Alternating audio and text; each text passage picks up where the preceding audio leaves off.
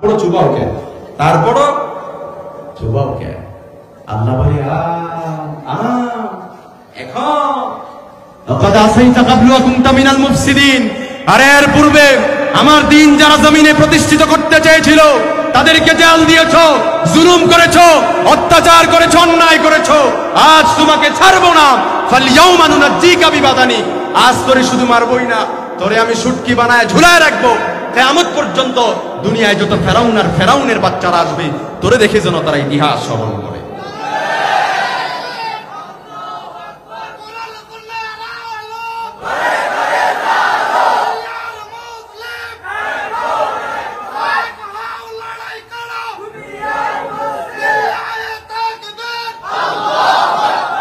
শাহজালালের তলোয়ার গর্জে ওঠো, আরেকবার শাহপরানের তলোয়ার গর্জে ওঠো।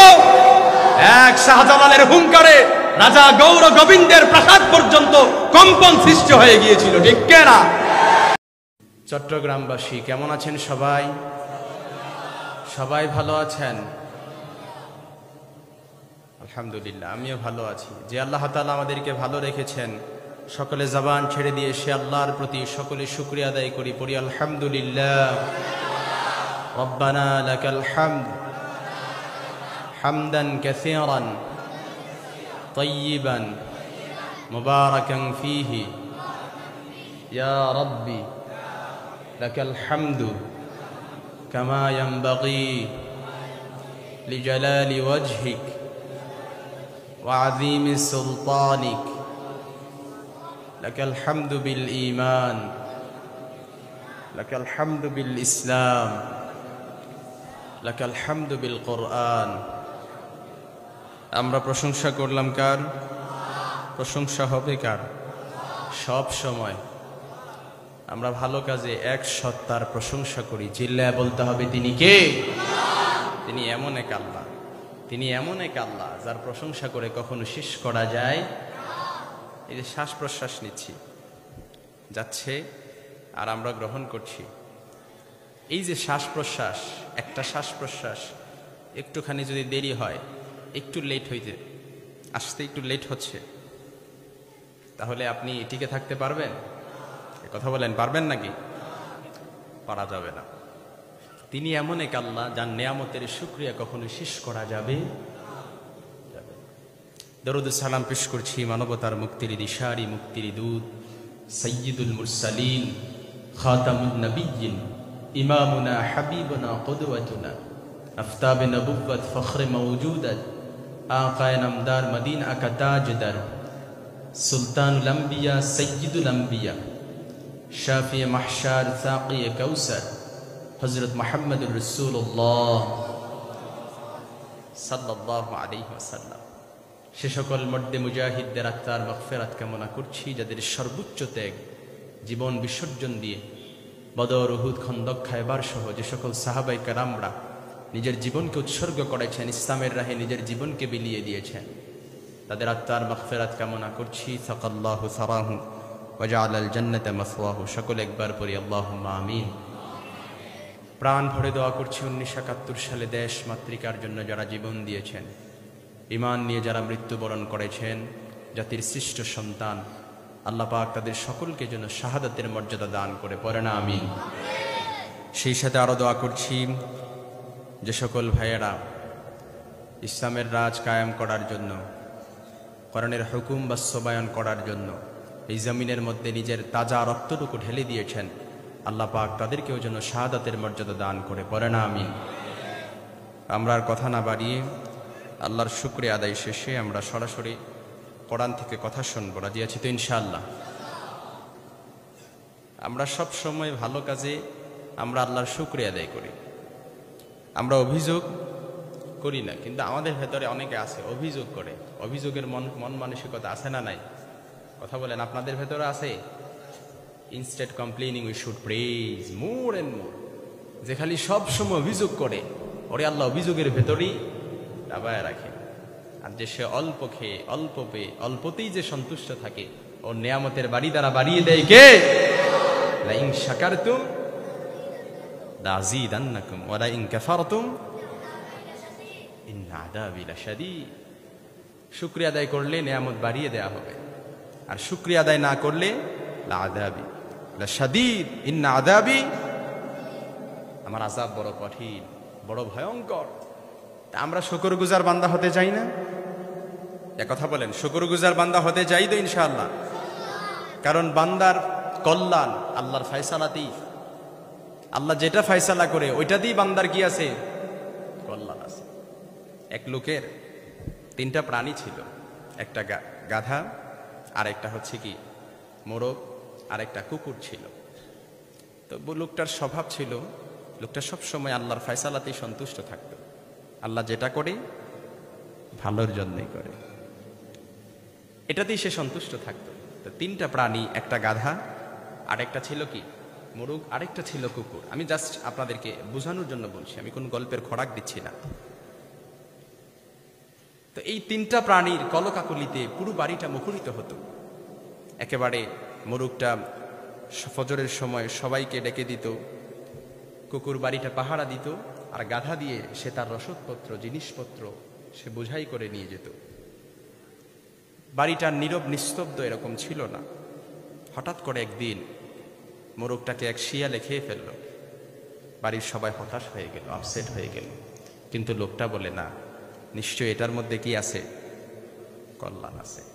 কিছুদিন পর গাধাটাকেও একটা নেকড়ে খেয়ে ফেলল। লোকটা তারপরে বলে, আলহামদুলিল্লাহ, এটার মধ্যেই কি আছে? কল্যাণ আছে। এর কিছুদিন পর কুকুরটাও মারা গেল। তারপরও লোকটা বলতেছে কি, আলহামদুলিল্লাহ, এটার মধ্যেই কি আছে? কল্যাণ আছে। এর কিছুদিন পর যেতে না যেতেই পুরো গ্রামে ডাকাতি হলো। এমন কোনো বাড়ি বাকি নাই যে ডাকাত প্রবেশ করে নাই, শুধু ওই ব্যক্তির বাড়িটাই বাকি ছিল। এর কারণ হচ্ছে বাড়িটা ছিল নীরব নিস্তব্ধ। ডাকাতরা মনে করেছে যে এই বাড়িতে কেহ মনে হয় থাকে না। এজন্য সাময়িক সময়ের জন্য আমাদের কাছে যে বিপদ, মুসিবত, কষ্ট, দুঃখ, উদ্বেগ, উৎকণ্ঠা এগুলো আসে, এটা সাময়িক সময়ের জন্য আমাদের মধ্যে একটা বোঝা হয়, চাপ, যে মনে হয় আল্লাহ তাআলা মনে হয় শুধু আমারই দেখছে। এরকমটা মনে হয় না? যে আমারই খালি বিপদ মুসিবত, এগুলো শুধু আমারই আসে, আল্লাহ কি শুধু আমারই দেখছে নাকি? কথা বলেন, আছে না নাই?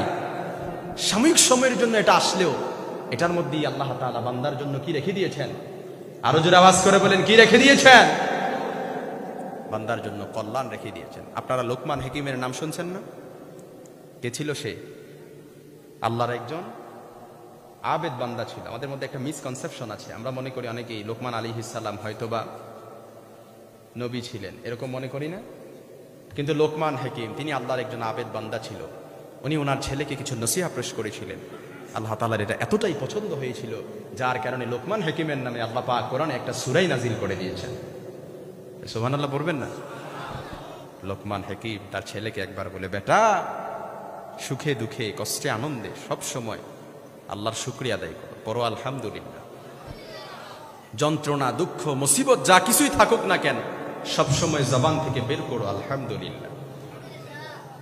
তো ছেলে বলে, বাবা, আলহামদুলিল্লাহ পড়বো, সুখে পড়বো আলহামদুলিল্লাহ, কিন্তু দুঃখেও আলহামদুলিল্লাহ পড়তে হবে, মুসিবতেও আলহামদুলিল্লাহ পড়তে হবে। এটা একটু বুঝলাম না, এটা একটু ক্লিয়ার করলে ভালো হয়। লোকমান হাকিম তার ছেলেকে বলে, ঠিক আছে, চলো তোমাকে নিয়ে অমুক জায়গায় যাওয়া যাক, সেখানে গিয়ে তোমার এই বিষয়টা কি দেয়া হবে? প্র্যাকটিক্যাল সমাধান দেয়া হবে। লোকমান হাকিম তার ছেলেকে নিয়ে চলতে শুরু করলেন, সাথে একটা গাধাকেও নিলেন। দুইজন দুইটা গাধা নিলেন। এই গাধার মধ্যে দুজন চড়ে বসলেন।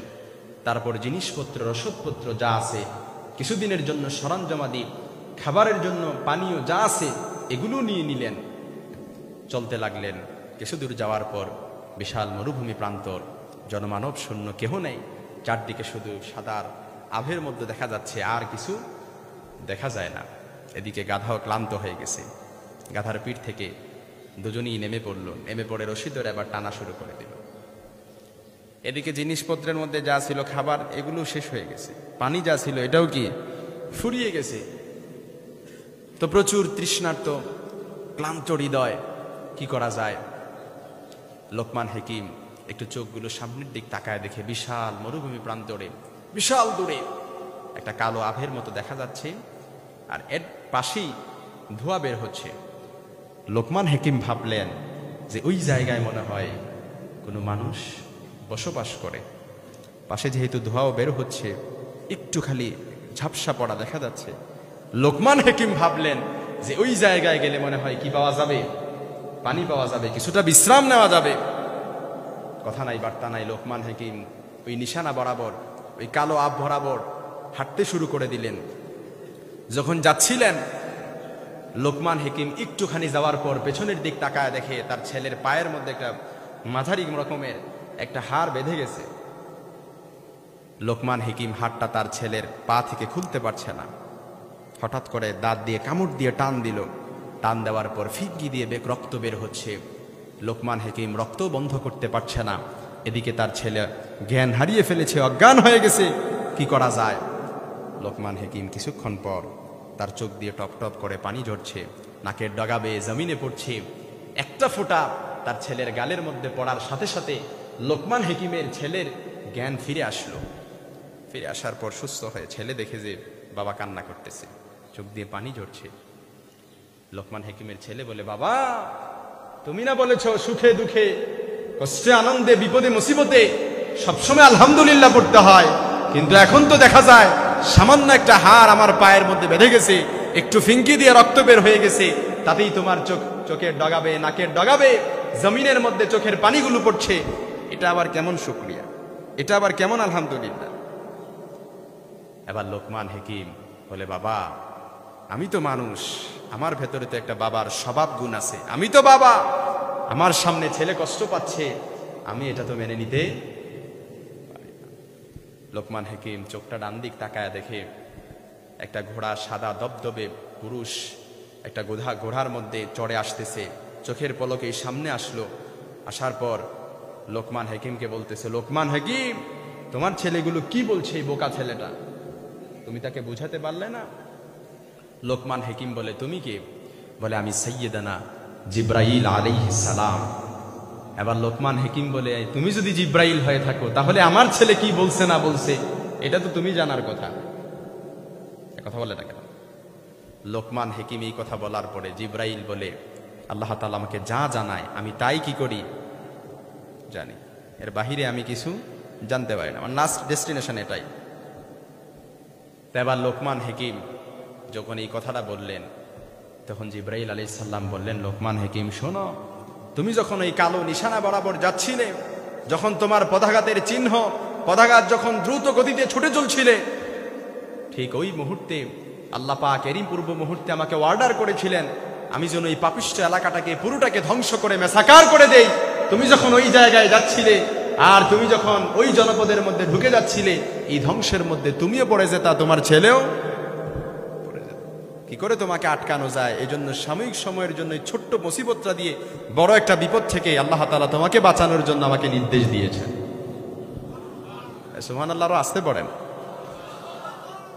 এজন্য সাময়িক সময়ের জন্য বিপদ মুসিবত এটা বান্দার জন্য দুঃখ যন্ত্রণা নয়, বরংশ এটা বান্দার জন্য কল্যাণকর, কল্যাণকামী। কথা বলেন না কেন? এই জন্য ভাই কেমন আছেন? আলহামদুলিল্লাহ ভালো আছি। শুনলাম আপনার মেয়ে নাকি অসুস্থ? না আলহামদুলিল্লাহ ভালো আছে। শুনলাম আপনার বিবি নাকি অসুস্থ? না আলহামদুলিল্লাহ ভালো আছে। শুনলাম আপনার ফসল নাকি এবছর ভালো যায় নাই? না আলহামদুলিল্লাহ অনেক ভালো গিয়েছে। কারণ সুখ হচ্ছে আলহামদুলিল্লাহর ভেতরে। সুখ কিসের ভেতরে? চিল্লায় বলেন, সুখ কিসের ভেতরে? আলহামদুলিল্লাহর ভেতরে। তাহলে আমরা সব সময় আলহামদুলিল্লাহ পড়তে রাজি আছি তো ইনশাআল্লাহ? না অভিযোগ করবেন? লাউ আন্না লিকুল্লি ইবনি আদম ওয়াদিয়াম মিন যাহাব আহাব্বা ইয়াকুনা লাহু ওয়াদিয়া ওয়ালা ইয়ামলা ফাহু ইল্লা তুরাব। বনি আদমের সন্তানগুলোর প্রত্যেককে যদি একটা করে স্বর্ণের পাহাড়ের মালিক বানিয়ে দেওয়া হয়, সেই বুখারীর হাদিস, হাদিসে কুদসিতে এসেছে, আমি সেখান থেকে নকল করেছি। আল্লাহ রাসূল বলেন, আল্লাহ রাসূলের মাধ্যমে স্বয়ং আল্লাহ তাআলা হাদিসে কুদসির মধ্যে বলেন যে বনি আদম সন্তানগুলোর প্রত্যেককে যদি একটা করে স্বর্ণের পাহাড়ের মালিক বানিয়ে দেওয়া হয়, তবু বনি আদম সন্তানগুলো যাবে কি করে আরেকটা স্বর্ণের পাহাড়ের মালিক হওয়া যায়। আচ্ছা, দিস ইজ দ্য কোশ্চেন নাও। আপনাদেরকে একটা প্রশ্ন করি, একটা স্বর্ণের পাহাড়ের মালিক যদি আমি হই, আমি কেন, আমার 14 পুরুষ বিক্রি করে খেলেও এটা শেষ হবে? তাহলে আরেকটা লাগবে কেন? এটা হচ্ছে স্বভাব। বনি আদমের এই জিহ্বাটারে কোনো কিছুই দমা রাখতে পারবে না, শুধুমাত্র কবরের মাটি ছাড়া। ঠিক কিনা বলেন? কারণ মৃত্যু এটা এমন একটা শব্দ, এই মৃত্যুই পারে শখ সুখ সকল রকমের সুখ আর শখ আহ্লাদকে নিঃস্বাদ পানসা করে দিতে। কথা বলেন না কেন? মৃত্যু ছাড়া আমাদের শখ কখনো মিটবে না, আমাদের সুখ কখনো হবে না, আমাদের চাহিদা কখনো কমবে না। আছে যত চাই তত, আছে যার বেশি তার চাই তত বেশি। 1 টাকা থাকলে 5 টাকা, 5 টাকা থাকলে 10 টাকা, মেম্বার হতে পারলে চেয়ারম্যান, চেয়ারম্যান হতে পারলে উপজেলা চেয়ারম্যান। এটা যদি হওয়া যায় কোনো রকমে, তাহলে মেম্বার অব দা পার্লামেন্ট। কথা বলেন না কেন? কোনো রকম একটা 1 তলা বাড়ি বানাইতে পারলে, এটার উপরে যদি আরেকটু 3টা রুম কিংবা 4টা রুম দিয়ে 1 তলা বানানো যায়, এনাফ, আর কিছু লাগবে না। 2 তলা বানানোর পরেও 5 তলা বাড়ির দিক তাকাইস, ওইটার মতো যদি বানাতে পারতাম তাহলে মরেও একটু শান্তি পাইতাম। কথা বলেন না কেন? যার আছে তত বেশি, তার চাই তত বেশি। এই চাই চাই স্বভাবটা আমাদেরকে বাদ দিতে হবে, কারণ সবসময় জবান থেকে বেরিয়ে আসবে কি? আরো জোরে আওয়াজ করে বলেন কি? আলহামদুলিল্লাহ। রাজি আছেন তো ইনশাআল্লাহ? আমরা আর ভূমিকায় কথা বাড়াতে চাই না। 3টা তাকবীর দিয়ে আমরা আজকের মূল আলোচনায় ঢুকে যাব। কয়টা তাকবীর? আপনারা রেডি হন। প্রথম দেখবেন বিবাহিতরা, তারপর অবিবাহিতরা, তারপর বিবাহিত অবিবাহিত সবাই, জোয়ান বৃদ্ধ আবাল বৃদ্ধ বনিতা যারা আছেন সবাই 3টা তাকবীর দিয়ে আমরা মূল আলোচনায় যাব। আগে বিবাহিতদেরকে একটু টেস্ট করা যাক। আপনারা একটু গলাটা ক্লিয়ার করে নেন। ক্লিয়ার হয়েছে তো ইনশাআল্লাহ? এবার বিবাহিতরা একটা তাকবীর দিবেন, দেখি কার আওয়াজ বেশি হয়, বিবাহিতদের না অবিবাহিতদের। বিবাহিতরা রেডি আছেন তো? লিল্লাহি তাকবীর। আওয়াজ বেশি হয়েছে মাশাআল্লাহ। এবার অবিবাহিতরা রেডি হন, দেখি এবার আপনাদের আওয়াজের কাছে বোঝা যাবে যে আওয়াজটা কিরকম ছিল। গলাটা একটু ঝাড়া দেন। ঠিক আছে, এবার ওয়েল ইজ গুড, আলহামদুলিল্লাহ। লিল্লাহি তাকবীর। মাশাআল্লাহ। এতগুলো মানুষ অবিবাহিত, আপনাদের দিক কেউ তাকায় না। শীত চলে যাচ্ছে, এখনো অবিবাহিত রয়ে গেছেন। ব্যাচেলর লাইফটা আর কত কাল, আর কত কষ্ট সহ্য করবেন? এই যুবকগুলারে যদি বিয়ে করায় দেওয়া যায় তাহলে তো আর শীত লাগবে না। ঠিক আবার জোরে আসছে। হ্যাঁ, এবার বিবাহিত অবিবাহিত সবাই আমরা 3টা তাকবীর দিব। 1টা তাকবীর, 2টা তাকবীর তো অলরেডি অলমোস্ট শেষ হয়ে গেছে। লিল্লাহি তাকবীর। আল কোরআনের আলো, আল হাদিসের আলো। কোরআন হাদিস যেখানে থাকবেন তো আপনারা, ওই মাহফিলও আপনারা আসেন, আবার গানের কনসার্টে কারা যায়? এগুলো আপনারা না, ওইগুলো আপনারা। এখন যে বললেন কোরআন হাদিস যেখানে, কোরআন নাই যেখানে, হাদিস নাই যেখানে, আলেম ওলামা যেখানে, রাজি আছেন তো ইনশাআল্লাহ? কারা কারা রাজি? দু হাত উঁচু করে আল্লাহরা দেখান তো সবাই। এই হাত নামাইতে বলি নাই তো আমি, হাত উঁচু করেন। হ্যাঁ, সবাই উঁচু করেন, হাতগুলো মুঠ করেন, আবার ছেড়ে দেন, আবার মুঠ করেন, আবার ছেড়ে দেন। সবাই উঠাইছে তো? ডানে ভাই একটু তাকায় দেখেন, মুঠ করেন, হাত নামান। ঠিক আছে ইনশাআল্লাহ। আমি অল্প কিছু সময় আপনাদেরকে কষ্ট দিব, যেহেতু কুমিল্লা থেকে এসেছি। যাক, আপনাদেরকে বেশিক্ষণ কষ্টও দিতে চাই না, তবে শেষ পর্যন্ত আমার সাথে থাকা লাগবে, এই ওয়াদা আপনারা করতে পারবেন তো?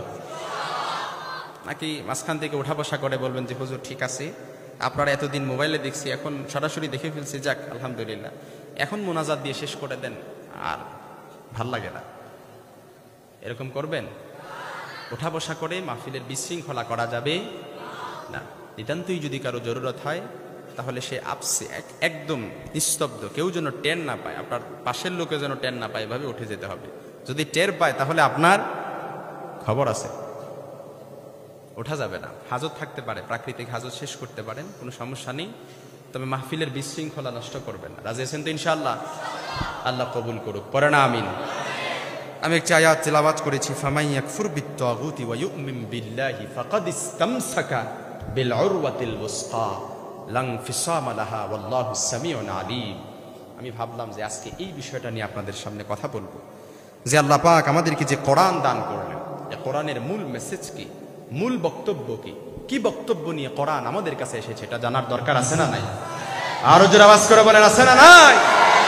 আমি একটা জিনিস রিসার্চ করলাম, গবেষণা করলাম, আল্লাহ পাক আমাদেরকে এই দুনিয়াতে যত নিয়ামত দান করেছেন তার মধ্যে দুইটা নিয়ামত হচ্ছে শ্রেষ্ঠ। একটা হচ্ছে কিতাব, আর একটা হচ্ছে নবুয়্বত। একটার নাম কি? আরো জোরে আওয়াজ করে বলেন কি নাম? আরেকটা নবুয়্বত।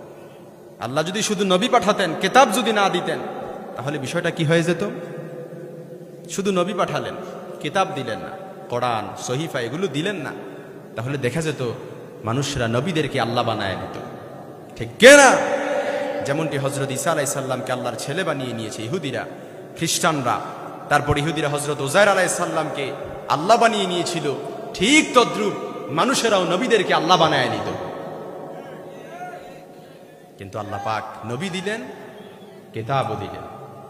আবার আমি দেখলাম যে শুধু নবী পাঠানোর পরে কিতাব দিলেন না, কিন্তু কিতাব দিলেন, নবী দিলেন না, তাহলে কি হয়ে যেত?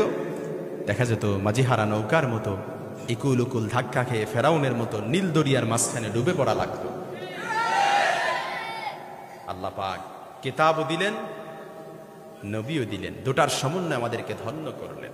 এই যে কিতাবটা আল্লাহ পাক যেই যুগে নাজিল করলেন, সেই যুগটার নাম কি? আইয়ামে জাহিলিয়াতের যুগ, ডেজ অফ ইগনোরেন্স, যেটাকে আমরা কুসংস্কারাচ্ছন্ন যুগ বলি। আইয়ামে জাহিলিয়াতের নাম শুনলেই আমাদের মনের ভেতর একটা ঘৃণাভাব চলে আসে না? আমরা মনে করি সেই যুগের মানুষরা মনে হয় মূর্খ, পাগল আর বেকুব জাতি। কথা বলেন না কেন? কিন্তু আমরা তাদেরকে যতটা বেকুব, পাগল আর আহাম্মক মনে করি, আসলেই তারা কি ততটা বেকুব, পাগল আর আহাম্মক ছিলেন? সেই যুগের মানুষদের এত বুদ্ধি ছিল, রাস্তা দিয়ে কোনো উট বা ঘোড়া যদি হেঁটে যেত, পরবর্তীতে ওই উট বা ঘোড়ার পদচিহ্ন দেখেই তারা বুঝে নিত এটা কি পুরুষ ঘোড়া ছিল না মহিলা ঘোড়া ছিল। এটা কি বুদ্ধিমানের লক্ষণ না বেকুবের লক্ষণ? সেই যুগের কবির কবিতা লেখা এখনো বিশ্ববিদ্যালয়ের উচ্চ শ্রেণীতে পড়ানো হয়, কামেল শ্রেণীতে পড়ানো হয়, দাওরায়ে হাদিস শ্রেণীতে পড়ানো হয়, পিএইচডি গবেষণার কাজে লাগে এখনো সেই যুগের কবি কবিতা লেখা। ঠিক কে না? ইতিহাস লিখছে, আমি নিজে পড়েছি, সেই যুগের এক বাদশা ছিল, বোঝানোর জন্য বলছি, সেই যুগের এক বাদশা ছিল যার কাজই হচ্ছে নতুন নতুন কবিতা শুনে নিজের মনকে পুলকিত করা, আনন্দিত করা। তা বাদশা দেখে যে মানুষ আর নতুন নতুন কবিতা লিখে না, নিজের মনকেও সে পুলকিত করতে পারে না, আনন্দিত করতে পারে না। বাদশা এবার চিন্তায় পড়ে গেল, কি করা যায় মানুষদের কাছ থেকে নতুন নতুন কবিতা শোনার জন্য কি করা যায়। এবার বাদশা তার রাজ্যের বারিশাদের লোকদেরকে ডাকলো, ডেকে বললে, মন্ত্রীরা শোনো, আগামীকাল রাজ্যের বাজারে বাজারে আলান করে দাও, শোহরাত করে দাও, কেউ যদি রাজাকে নতুন কোনো কবিতা শোনাতে পারে তাহলে তাকে 10 সহস্র রৌপ্য মুদ্রা উপহার দেয়া হবে। মন্ত্রীরা বলে, রাজা মাথা কি আছে না গেছে? 10 সহস্র রৌপ্য মুদ্রা যদি উপহার দেন তাহলে সবাই আপনাকে নতুন করে কবিতা শোনাবে, আর আপনি 10 সহস্র রৌপ্য মুদ্রা উপহার দিতে দিতে রাজ্যের ধনভাণ্ডার তো একেবারে তলানিতে নিয়ে যাবেন। রাজা বলে, আমার চেয়ে বেশি বুঝো না, আমি যেটা বলেছি সেটাই করো। আর এটাও শুনে রাখো, মনে রাখবা, একবার শুনলে যার মুখস্থ হয়ে যায় এরকম একটা লোক আমার রাজ্যে হাজির করবা। 2 বার শুনলে যার মুখস্থ হয়ে যায় এরকম আরো একটা লোক আমার রাজ দরবারে হাজির করবা। 3 বার শুনলে যার মুখস্থ হয়ে যায় এরকম আরো একটা লোক আমার এই রাজ দরবারে কি করবা? হাজির করবা। তৎকালীন সময়ে মানুষদের মেধা শক্তি প্রখর ছিল, বৃদ্ধি, একেবারে সকলের ভালো মেধা শক্তি ছিল। তো এই লোকগুলো পাওয়া মোটেই কষ্টকর ছিল না। যেই কথা সেই কাজ।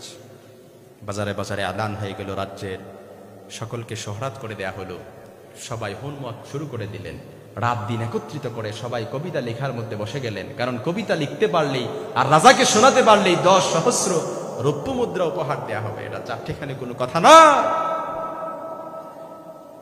তো সবাই হোমওয়ার্ক করে রাত দিন একত্রিত করে এক কবি নতুন একটা কবিতা নিয়ে আসলো। সে রাজাকে বলে, রাজা নতুন একটা কবিতা নিয়ে আসছে। রাজা বলে, ওয়েল ইজ গুড, শোনাও, নতুন কবিতা নিয়ে আসছো। রাজাকে শোনালো। রাজা নতুন কবিতা শুনে নিজের মনকে পুলকিত করে। রাজা এবার বলে, কবি এই কি তোমার নতুন কবিতা? বলে, হ্যাঁ এটাই আমার নতুন কবিতা। এবার রাজা বলে, এটা তো আমি আগেও শুনেছি। কবি বলে, না, ইম্পসিবল, এটা হতেই পারে না, এটা কিভাবে সম্ভব? How it's possible? এটা আমি নতুন করে নিয়ে এসেছি, আমি নিজে লিখেছি, রাত দিন একত্রিত করে হোমওয়ার্ক করে এটা আমি নিজে লিখে নিয়ে আসছি, এটা হতেই পারে না। রাজা বলে, না, আমি কি মিথ্যা বলছি?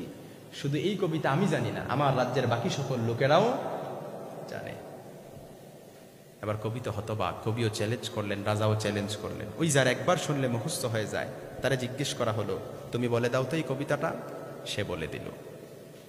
এবার রাজা বলে, শুধু সেই জানে না, আমার বারিশাদের বাকি লোকেরাও কি করে জানে। কবি তো হতবাক, ওই যার দুইবার শুনলে মুখস্থ হয়ে যায় তার তো অলরেডি দুইবার শোনা হয়ে গেছে। এবার তাকে জিজ্ঞেস করা হলো, তুমি শোনাই দাও তো। সেও শোনায় দিল। এবার রাজা বলে, শুধু সেই জানে না, আমার বারিশাদের বাকি লোকেরাও জানে। এবার তিনবার শুনলে যার মুখস্থ হয়ে যায় তার তো অলরেডি তিনবার শোনা হয়ে গেছে। এবার তাকেও বলা হলো, তুমি শোনায় দাও তো। সেও শোনায় দিল। কবি হতবাক হয়ে গেল। এভাবে রাজার চালাকি চলছিল। হঠাৎ করে এক চালাক কবি সে বুঝে ফেললো কি করা যায়। রাজাকে এটা ধরার জন্য, এই চালাকিটা ধরানোর জন্য কি করা যায়। সে একবার কবিতা নিয়ে এসে সে বলল, রাজা আমি আপনাকে একটা কবিতা শোনাতে চাই। বলল না যে নতুন কবিতা, বলে আমি আপনাকে কি শোনাতে যাই, কবিতা শোনাতে চাই। রাজা বলে, ঠিক আছে, ওয়েল ইজ গুড, শোনাও। সবাই যেভাবে শোনায় তুমিও শোনাও। নতুন কবিতা শোনাতে পারলেই 10 সহস্র রৌপ্য মুদ্রা তোমাকে কি করা হবে, উপহার দেয়া হবে। তো সে শোনালো কবিতাটা। ফার্সি, আমি বাংলাগুলো আপনাদের বোঝানোর জন্য বলছি। সে বলছিল, বাংলাগুলো চুক্তিপত্রে লেখা ছিল, আপনার পিতা আর আমার পিতা মারা যাওয়ার পরে ওয়ারিশ সূত্রে আপনি আপনার পিতার দেনা কি করবেন, আমার পিতার ওয়ারিশদের কাছে পরিশোধ করবেন। রাজা আবার মনে মনে ভাবে, সর্বনাশ, এখন যদি বলি এই কবিতা আমিও জানি, আমার বারিশাদের লোকেরাও জানে, তাহলে তো সাক্ষী থেকে গেল। এবার রাজা উপায়ন্ত না পেয়ে রাজা বলে, কবি, এতদিন পরে তুমি একটা আমারে নতুন কবিতা শোনাইলা, যেটা আমিও জানি না, আমার বারিশাদের বাকি লোকেরাও জানে না। এজন্য প্রিয় ভাইরা, এটা আমি হাসির খোরাক দেইনি। আমি এই জন্য বলছি যে সেই যুগের লোকদেরকে আমরা যতটা বেকুব আর আহাম্মক আর পাগল মনে করি, আসলেই তারা ততটা বেকুব, আহাম্মক আর পাগল ছিল না। সেই যুগের লোকদের সব ছিল, টাকা পয়সা, ধন দৌলত, ক্ষমতা, প্রভাব, প্রতিপত্তি সব ছিল। শুধু একটা জিনিসের অভাব ছিল, সেটা হচ্ছে ওয়াহির জ্ঞান। সেটা কিসের জ্ঞান? আরো জোরে আওয়াজ করে বলেন, কিসের জ্ঞান? ওয়াহির জ্ঞান ছিল না তাদের। জেনাকে তারা জেনা মনে করতো না, ব্যভিচারকে যে ব্যভিচারী মনে করতো না, অত্যাচারকে অত্যাচার মনে করতো না, অন্যায় জুলুমকে এগুলো অপরাধ মনে করতো না, দুর্নীতি করে বিদেশে টাকা পাচার করা এগুলো তাদের কাছে অপরাধ ছিল না। এগুলো তাদের কাছে অপরাধ মনে হতো না। এই ওয়াহির জ্ঞান তাদের অভাব ছিল। জ্ঞান হচ্ছে দুই প্রকার, একটা হচ্ছে ওয়াহিভিত্তিক জ্ঞান, আরেকটা কি জ্ঞান? গায়রে ওয়াহিভিত্তিক জ্ঞান। ওয়াহির জ্ঞানটা আসে কার কাছ থেকে? চিল্লায় বলেন, কার কাছ থেকে? আর গায়রে ওয়াহিভিত্তিক যে জ্ঞানটা আছে, এটা হচ্ছে মানুষের মন মস্তিষ্ক, মানুষের মাইন্ড সেটআপে, মানুষের বানানো জ্ঞান। এই জ্ঞানটাকে আল্লাহ পাক বলেছেন, ওয়ামা উতিতুম মিনাল ইলমি ইল্লা কলিলা। আমি তোমাদেরকে খুবই সামান্য জ্ঞান দিয়েছি, খুবই সামান্য জ্ঞান। আমি মাঝে মাঝে অবাক হয়ে যাই। আল্লাহ পাক বলছেন, ওয়ামা উতিতুম মিনাল ইলমি ইল্লা কলিলা। আমি তোমাদেরকে সামান্য জ্ঞান দিয়েছি। মাঝে মাঝে অবাক হয়ে যাই, এই সামান্য জ্ঞানের ঠেলায় আমরা কোত্থেকে কোথায় চলে গিয়েছি। গরুর গাড়ি থেকে রকেট পর্যন্ত চলে গিয়েছি, পৃথিবীর শত শত মাইল উপরে বঙ্গবন্ধু স্যাটেলাইট পর্যন্ত চলে গিয়েছি, ঠিক না? তারপরও আল্লাহ পাক বলছেন, ওয়ামা উতিতুম মিনাল ইলমি ইল্লা কলিলা। আমি তোমাদেরকে খুবই সামান্য জ্ঞান দিয়েছি, খুবই সামান্য জ্ঞান। যারা আলেম আছেন তারা বুঝবেন। ওয়ামা উতিতুম মিনাল ইলমি ইল্লা কলিল যদি বলতেন তাও একটু কথা ছিল যে তোমাদেরকে কিছু একটা দেওয়া হয়েছে, কিন্তু আল্লাহ পাক বললেন, নো, ওয়ামা উতিতুম মিনাল ইলমি ইল্লা কলিলা, তোমাদেরকে সামান্য জ্ঞান দেওয়া হয়েছে। আমি মাঝে মাঝে আরো অবাক হয়ে যাই যখন শুনি পৃথিবীর শত শত মাইল উপরে বঙ্গবন্ধু স্যাটেলাইট বলেন, 300, 350, 400 মাইল উপরে এই স্যাটেলাইট গুলো ছেড়ে দেওয়া হয়েছে কোন রকমের ড্রাইভার ছাড়া, কোন রকমের নিয়ন্ত্রক ছাড়া। এই স্যাটেলাইট গুলো মহাশূন্যের মধ্যে ঘুরছে তো ঘুরছেই বছরের পর বছর। আবার যদি এর মেশিনারি যে যান্ত্রিক কোনো গোলযোগ যদি সৃষ্টি হয়, বিজ্ঞানীরা কম্পিউটারের মাধ্যমে মনিটরিং করে সেই স্যাটেলাইট গুলো আবার সারিয়ে দিচ্ছে। তারপর আল্লাহ পাক বলছেন, ওয়ামা উতিতুম মিনাল ইলমি ইল্লা কলিলা। আমি তোমাদেরকে খুবই সামান্য জ্ঞান দিয়েছি, খুবই সামান্য জ্ঞান। যে আল্লাহ পাক আমাদেরকে এই সামান্য জ্ঞান দিলেন, সেই রবের পক্ষ থেকে এসেছে কোরআন। কোরআন কার পক্ষ থেকে এসেছে? আরো জোরে আওয়াজ করে বলেন, কার? قد جاءكم من الله نور وكتاب مبين। আল্লাহ রাব্বুল আলামিন বলেন, আমি আমার রবের পক্ষ থেকে, আমার পক্ষ থেকে এসেছে কোরআন। আলো দিলাম, নূর দিলাম।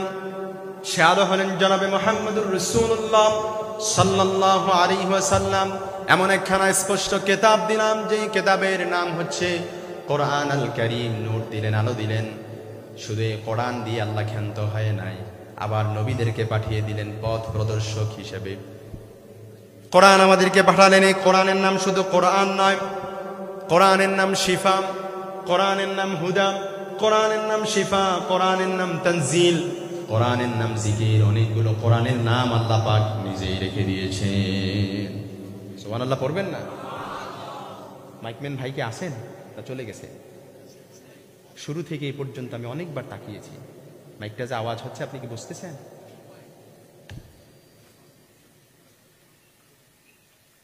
বক্সগুলো তো দুইটা একসাথে থাকবে না, এই দুইটা তো দুই দিক দিয়ে থাকার কথা, বাকি দুইটা তো ওই দিকে থাকবে। দুইটা থাকবে স্টেজে আর দুইটা থাকবে ওই দিকে। এগুলোরা তো বাকি তারা না বুঝলেও আপনারা তো সেটিংটা বুঝেন, আপনাদের তো উচিত ছিল ঠিক করেন। আমি বলেছি আরবি খুতবার শুরুতে আপনি এটা ঠিক করে নেবেন। প্রত্যেকবার আওয়াজ দিচ্ছি আর আমি এদিক তাকাচ্ছি, আপনি কোথায় আমি বুঝতেছি না, আশা করি ঠিক করে নেবেন। তো প্রিয় ভাইরা, বলছিলাম তো কোরআন কার পক্ষ থেকে এসেছে? আরো জোরে আওয়াজ করে বলেন কার? আল্লাহর পক্ষ থেকে এসেছে। তার মানে এই কোরআনটা মন মস্তিষ্ক কোনো ধর্ম নয়, কোনো কিতাব নয়, এটা রবের দেয়া একটা বিধান, রবের দেয়া একটা ধর্ম। এই দ্বীন ইসলাম, এই দ্বীন এলাহির নাম হচ্ছে রাব্বানিয়া। স্বয়ং এই দ্বীন ইসলামের ম্যানেজিং ডিরেক্টর কে? আরো জোরে আওয়াজ করে বলেন কে? এর বৈশিষ্ট্যই হচ্ছে রাব্বানিয়া। আর রাব্বানিয়া এটা রবের তত্ত্বাবধানে চলে, এটা রবের তত্ত্বাবধানে চলে, এটা কারো মন মস্তিষ্ক বানানো কোনো ধর্ম। সে আল্লাহ পাক কোরআনের মধ্যে বলছেন, ফামাইয়াকফুর বিত-তাগুতি ওয়া ইউমিন বিল্লাহি ফাকাদ ইসতামসাকা বিল উরওয়াতিল ওয়াসতা লা ইনফিসামা লাহা ওয়াল্লাহু সামিউন আলিম। আমাকে রব হিসেবে যে মেনে নেয়, তাগুতকে যে বর্জন করে, আমাকে রব হিসেবে মেনে নিল, আমি রব ছাড়া, আমি আল্লাহ ছাড়া অন্য কারো গোলামি করলো না, অন্য কারো দাসত্ব করলো না, সে এমন এক মহান ধীর পথ অবলম্বন গ্রহণ করেছে যা কখনো তাকে পথভ্রষ্ট করতে পারবে না। ফামান ইয়াকফুর বিত-তাগুতি ওয়া ইউমিন বিল্লাহি ফাকাদ ইসতামসাকা বিল উরওয়াতিল ওয়াসতা লা ইনফিসামা লাহা ওয়াল্লাহু সামিউন আলিম। কোরআন যে আমাদের কাছে এসেছে, এই কোরআনের মূল মেসেজ হচ্ছে তিনটা। আরো জোরে আওয়াজ করে বলেন কয়টা? চিৎকার করে বলেন কয়টা? মূল মেসেজ হচ্ছে তিনটা। আমার একটা অভ্যাস হচ্ছে, আমি আলোচনার মাঝখান থেকে সর্বশেষ আমি কিছু কোশ্চেন করি। যদি আপনারা বলতে পারেন তাহলে আপনাদের জন্য কিছু হাদিয়াও আছে ইনশাআল্লাহ। আশা করি মনোযোগ দিয়ে আলোচনাটা শুনবেন। শেষ পর্যায়ে আপনাদের জন্য কি, যে সঠিক উত্তর দিতে পারবেন তার জন্য কি আছে? একজনকে হাদিয়া দেয়া হবে। একজনকে কি দেয়া হবে? হাদিয়া দেয়া হবে। যদি বলতে পারেন তাহলে দিব ইনশাআল্লাহ। তাহলে মনোযোগ, অ্যাটেনশন প্লিজ। এদিক সবার মনোযোগ আছে না গেছে? আছে তো ইনশাআল্লাহ? ঠিক আছে। তো প্রিয় ভাইরা, কোরআন যে আমাদের কাছে এসেছে, কোরআনের মূল মেসেজ হচ্ছে তিনটা। কয়টা? আরো জোরে আওয়াজ করে বলেন কয়টা? এক নাম্বার হচ্ছে তাওহীদ প্রতিষ্ঠা করা, দুই নাম্বার হচ্ছে শিরিক বর্জন করা, তিন নাম্বার হচ্ছে মানুষদেরকে দলে দলে আল্লাহর গোলাম বানানো। দলে দলে কি বানানো? আল্লাহর গোলাম বানানো। এই পৃথিবীর জমিনে যত আম্বিয়া আলাইহিমুস সালামরা এসেছেন, সকলেই তার কওমের লোকদের কাছে বললেন, ইয়া কওমি উবুদুল্লাহ, এক আল্লাহর গোলামি করো। আল্লাহ ছাড়া কারো গোলামি করা যাবে? কারো দাসত্ব করা যাবে? নূহ আলাইহিস সালাম তার জাতির কাছে গিয়ে বললেন, ইয়া কওমি উবুদুল্লাহ, এক আল্লাহর গোলামি করো। আল্লাহ ছাড়া কারো গোলামি করা যাবে না, কারো দাসত্ব করা যাবে না। সৃষ্টি যার আইন চলবে তার, এই জমিন যার আইন চলবে তার, কেউ ঠেকিয়ে রাখতে পারবে? কথা বলেন, পারবে নাকি? হুদ আলাইহিস সালাম তার জাতির কাছে গিয়ে বললেন, ইয়া কওমি উবুদুল্লাহ, এক আল্লাহর গোলামি করো। আল্লাহ ছাড়া কারো গোলামি করা যাবে না। আল্লাহ ছাড়া কাউকে আইনদাতা, বিধানদাতা, শাসনকর্তা মেনে নেওয়া যাবে না। আল্লাহ ছাড়া অন্য কারো কাছে মাথা নোয়ানো যাবে? কথা বলেন, যাবে নাকি? সালেহ আলাইহিস সালাম তার জাতির কাছে গিয়ে বললেন, ইয়া কওমি উবুদুল্লাহ, এক আল্লাহর গোলামি করো। আল্লাহ ছাড়া কারো দাসত্ব করো না। শুআয়ব আলাইহিস সালাম তার জাতি মাদিয়ানবাসীদের কাছে গিয়ে বললেন, ইয়া কওমি উবুদুল্লাহ, এক আল্লাহর গোলামি করো। আল্লাহ ছাড়া কারো গোলামি করা যাবে না, আল্লাহ ছাড়া কারো দাসত্ব করা যাবে না। সৃষ্টি যার আইন চলবে তার, জমিন যার আইন চলবে তার, কেউ ঠেকিয়ে রাখতে পারবে? কথা বলেন পারবে নাকি? সৃষ্টি যার আইন চলবে তার, জমিন যার আইন চলবে তার, কেউ দমিয়ে রাখতে পারবে না। কথা বলেন ঠিক কিনা? কিন্তু দেখা যায় অনেক জায়গায় আমাদেরকে বলে যে হুজুর এই বিষয়ে কথা না বললে ভালো হয়, শুধুমাত্র একটু ক্ষমতা পাইয়া, একটা জনপদের ক্ষমতা পেয়ে তোমার অহংকার তোমার কমে না।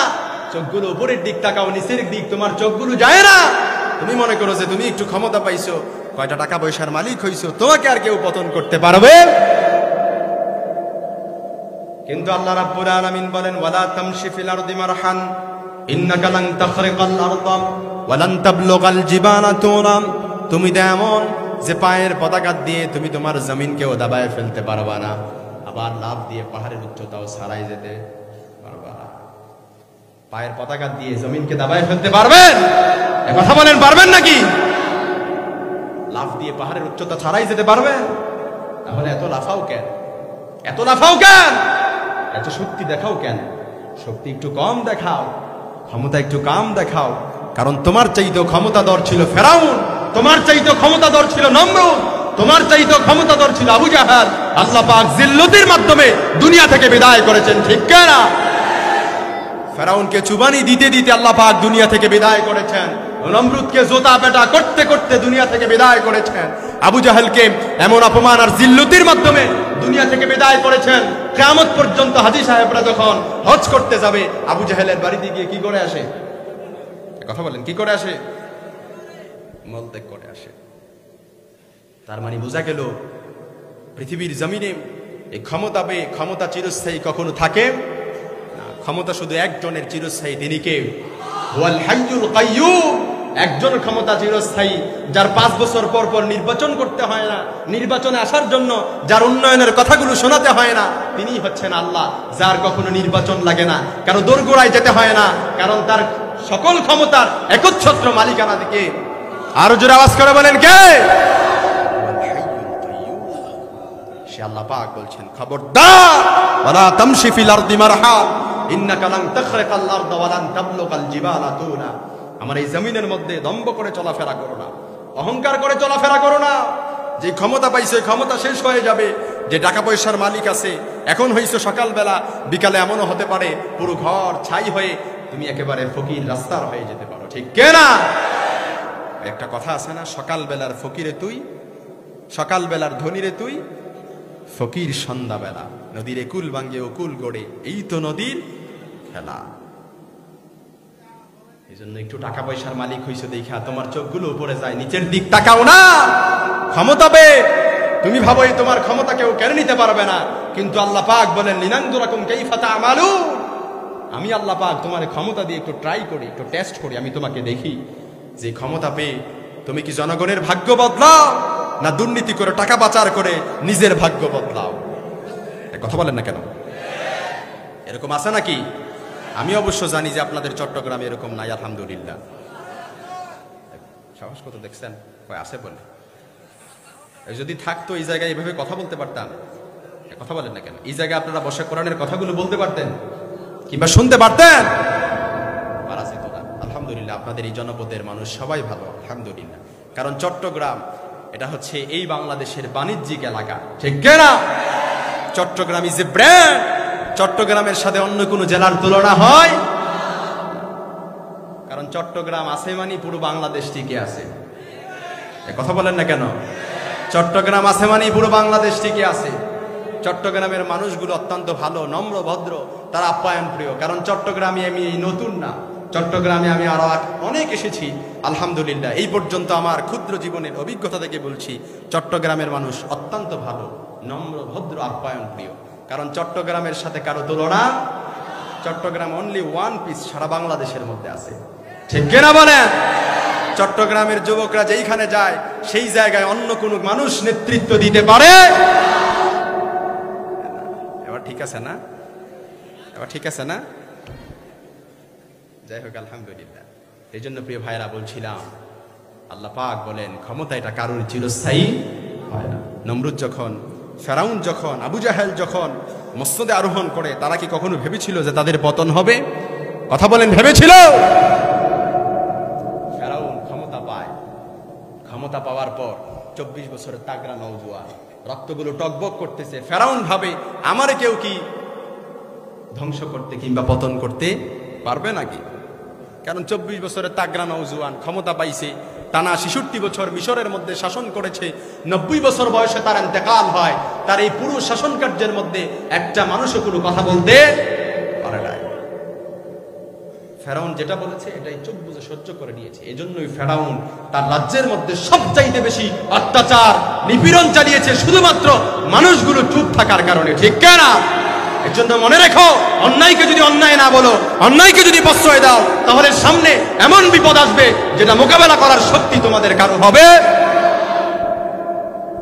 এজন্য আমার ভাইয়েরা বলছিলাম, ফেরাউন যখন মসনদে আরোহণ করেন, ফেরাউনের মসনদে সাইয়েদানা মুসা আলাইহিস সালাম অপরাধী ছিল, নমরুদের মসনদে সাইয়েদানা ইব্রাহিম আলাইহিস সালাম অপরাধী ছিল, আবু জাহালের মসনদে মুহাম্মদুর রাসূলুল্লাহ অপরাধী ছিল। কিন্তু শেষ বিজয়টা আল্লাহ তাআলা ঈমানদারদেরকে দিয়েছেন। সাইয়েদানা মুসা আলাইহিস সালাম হকের পক্ষে থাকার কারণে সাইয়েদানা মুসা আলাইহিস সালামের বিজয় হয়েছে। ইব্রাহিম আলাইহিস সালাম হকের পক্ষে থাকার কারণে নমরুদের মসনদে ইব্রাহিম আলাইহিস সালাম বিজয়ী হয়েছেন। আবু জাহেলের মসনদে মুহাম্মদুর রাসূলুল্লাহ অপরাধী হওয়ার পরও হকের পক্ষে থাকার কারণে মুহাম্মদুর রাসূলুল্লাহ সাল্লাল্লাহু আলাইহি ওয়াসাল্লামকে বিজয়ী দিয়েছেন কে? মুসা আলাইহিস সালাম যখন হিজরত করবে, ফ্রিজ ওয়ালমেট, তারপর রসদপত্র জিনিসপত্র যা আছে সব কিছু নিয়ে যখন রওনা হলেন, কারণ বাসা শিফট করবে, বাসা কি করবে? শিফট করবে, সবকিছু নিয়ে যাওয়া লাগবে, কোনো কিছু রেখে যাওয়া যাবে? কথা বলেন, যাবে নাকি? মুসা আলাইহিস সালাম যখন হিজরত করবে, রসদপত্র জিনিসপত্র যা কিছু আছে সবকিছু নিয়ে যখন রওনা হলেন, ফেরাউনের মন্ত্রী হামান এবার ফেরাউনকে তাকে কুপরামর্শ দিচ্ছে, আপনি যদি মুসাকে হিজরত করতে দেন তাহলে দেখা যাবে মুসা ফিলিস্তিনে গিয়ে আপনার জন্য ঘাঁটি তৈরি করবে, আপনার বিরুদ্ধে ঘাঁটি তৈরি করবে, তখন ফিলিস্তিন থেকে আপনাকে আক্রমণ করবে, তখন আর আপনার গদি থাকবে না। এই জন্য সাবধান, মুসাকে কি করা যাবে না? হিজরত করতে দেয়া যাবে না। এই মনোযোগ আছে তো ইনশাআল্লাহ? সবাই আমার দিক তাকান, মনোযোগ আছে তো ইনশাআল্লাহ? একটা তাকবীর দেন, লিল্লাহি তাকবীর, লিল্লাহি তাকবীর। আল কোরআনের আলো, আল হাদিসের আলো। মুসা আলাইহিস সালাম যখন যাচ্ছিলেন, ফেরাউন পিছন দিক থেকে আবার ধাওয়া শুরু করে দিলেন। ধাওয়া শুরু করতে করতে যখন সাইয়েদনা মুসা আলাইহিস সালাম নীল দরিয়ার কাছাকাছি চলে গেলেন, তিন দিকে দরিয়া, একদিকে ফেরাউনের সৈন্যরা, মুসা আলাইহিস সালামের সৈন্যরা এবার ফেরাউনকে, মুসা আলাইহিস সালামকে বলছে, ও মুসা, কোথায় যাবা? পালাবার তো জায়গা নাই। তিন দিকে দরিয়া, একদিকে ফেরাউনের সৈন্যরা, কোথায় যাবা? পালাবার তো জায়গা নাই। মুসা আলাইহিস সালাম ভয় পেয়েছিলেন নাকি? কথা বলেন, ভয় পেয়েছিলেন নাকি? সাইয়েদনা মুসা আলাইহিস সালাম বলে, আল্লাহ, কখনো নয়, অবশ্যই নয়, ইন্না মা'ইয়া রাব্বি সায়াহদিন, অবশ্যই আমার রব আমার জন্য রাস্তা বের করে দিবেন। সুবহানাল্লাহ পড়বেন না? সাইয়েদনা মুসা আলাইহিস সালাম আল্লাহর উপর অবিচল আস্থার বিশ্বাস রাখার কারণে 12টা গোত্রের জন্য আল্লাহ পাক 12টা রাস্তা তৈরি করে দিয়েছেন। এর নাম হচ্ছে ঈমান। সুবহানাল্লাহ বাড়িতে যায় বলে, এর নাম কি? ঈমান। এবার আল্লাহ পাক 12টা রাস্তা তৈরি করে দিলেন। মুসা আলাইহিস সালাম দেদারসে পার হয়ে যাচ্ছে। যখন নীল দরিয়া পার হয়ে গেলেন, পেছন দিকে ফেরাউনের সৈন্যরা আসতেছে। এসে দেখে রাস্তা তৈরি করা, কথা নাই বার্তা নাই, নেমে পড়ছে। ভাবছে ওর বাপজান রাস্তা তৈরি করে দিছে, কথা নাই বার্তা নাই, কি করছে? নেমে পড়েছে। মাঝখানে যাওয়ার পর আল্লাহ পাক চুবানি দিতে শুরু করলেন। নিচে যায়, উপরে ওঠে, নিচে যায়, উপরে ওঠে। ফেরাউন এবার ভাবে আর তো রক্ষা নাই, আর কি নাই? রক্ষা নাই। কারণ ফেরাউনও জানে ফেরাউনের খোদা যিনি, তিনি কে? আরো জোরে আওয়াজ করে বলেন, কে? এবার ফেরাউন যখন চুবানি খেতে খেতে নিচে যায়, উপরে ওঠে, ঠোঁটটা একটুখানি মাত্র, থুতনিটা একটু বাকি আছে। ফেরাউন এবার চোখগুলো উপরের দিক তাকায়া এবার বলে, আমানতু আন্নাহু লা ইলাহা ইল্লাল্লাযী আমানাত বিহি বনু ইসরাঈল। ও আল্লাহ, আমি তো ঈমান আনলাম ওই আল্লাহর উপরে, বনি ইসরাঈলরা যে আল্লাহর উপরে ঈমান এনেছে। ও আল্লাহ, আনা মিনাল মুসলিমিন, আমি তো মুসলমান। তারপরও চুবাও কেন? তারপরও চুবাও কেন? আল্লাহ বলে, এখন লাকাদ আসাইতা ক্বাবলু ওয়া কুনতা মিনাল মুফসিদিন। আরে এর পূর্বে আমার দিন যারা জমিনে প্রতিষ্ঠিত করতে চেয়েছিল তাদেরকে জাল দিয়েছো, জুলুম করেছো, অত্যাচার করেছো, অন্যায় করেছো। আজ তোমাকে ছাড়বো না। ফাল ইয়াউমা নুনাজ্জিকা বিবাদানি, আজ তোরে শুধু মারবই না, তোরে আমি শুটকি বানায় ঝুলায় রাখবো কিয়ামত পর্যন্ত। দুনিয়ায় যত ফেরাউন আর ফেরাউনের বাচ্চারা আসবে তোরে দেখে যেন তারা ইতিহাস স্মরণ করে।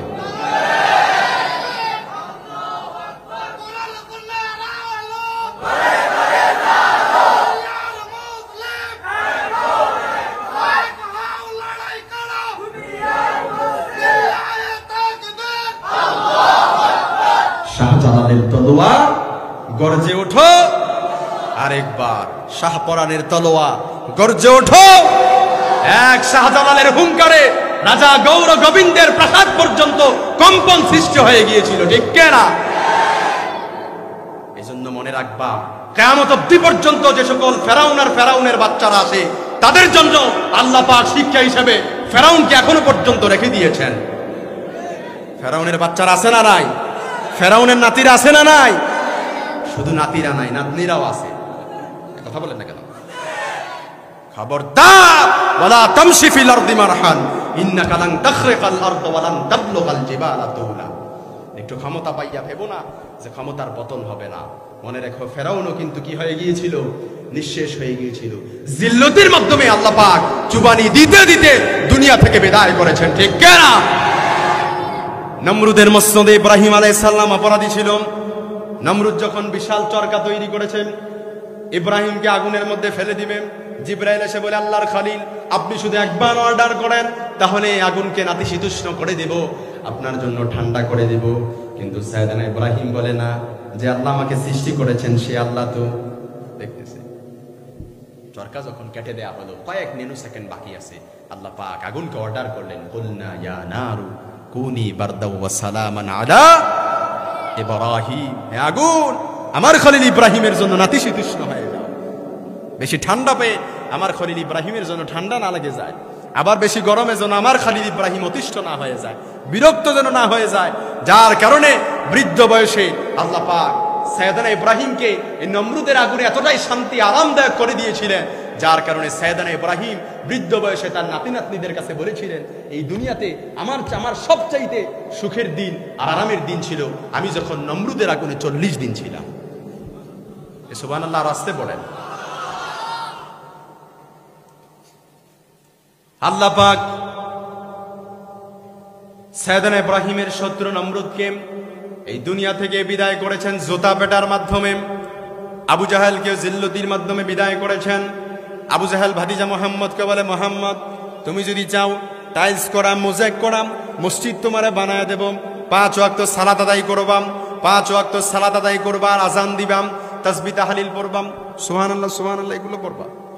এর বাহিরে তোমার যাওয়ার দরকার নেই। ওই রাজনীতি এগুলো নিয়ে তোমার আলোচনা করার দরকার নাই। ওই নেতৃত্ব সমাজে কি হচ্ছে না হচ্ছে এগুলো তোমার মাথা কামানোর দরকার নাই। 5 ওয়াক্ত সালাত আদায় করবা, মোজাইক করা মসজিদ বানায় দেব, টাইলস করা মসজিদ বানায় দেব, সালাতের আজান দিবা আর নামাজ পড়বা আর তাসবিহ তাহলিল জপবা, সুবহানাল্লাহ সুবহানাল্লাহ সুবহানাল্লাহ, এটাই জপবা। এর বাহিরে আর কোনো কিছুর দরকার নাই। তুমি যদি এই কথা মানো তাহলে বেতন 30 তারিখের আগেই তোমার পকেটে ঢুকে যাবে। তুমি যদি এই কথা মানো তাহলে সরকারি কোয়ার্টার থেকে তোমাকে থাকার ব্যবস্থা করে দেয়া হবে। তুমি যদি এটা মানো তাহলে সরকারি কোয়ার্টারতে থাকার ব্যবস্থা না, তোমার খাবারের ব্যবস্থাও করে দেয়া হবে।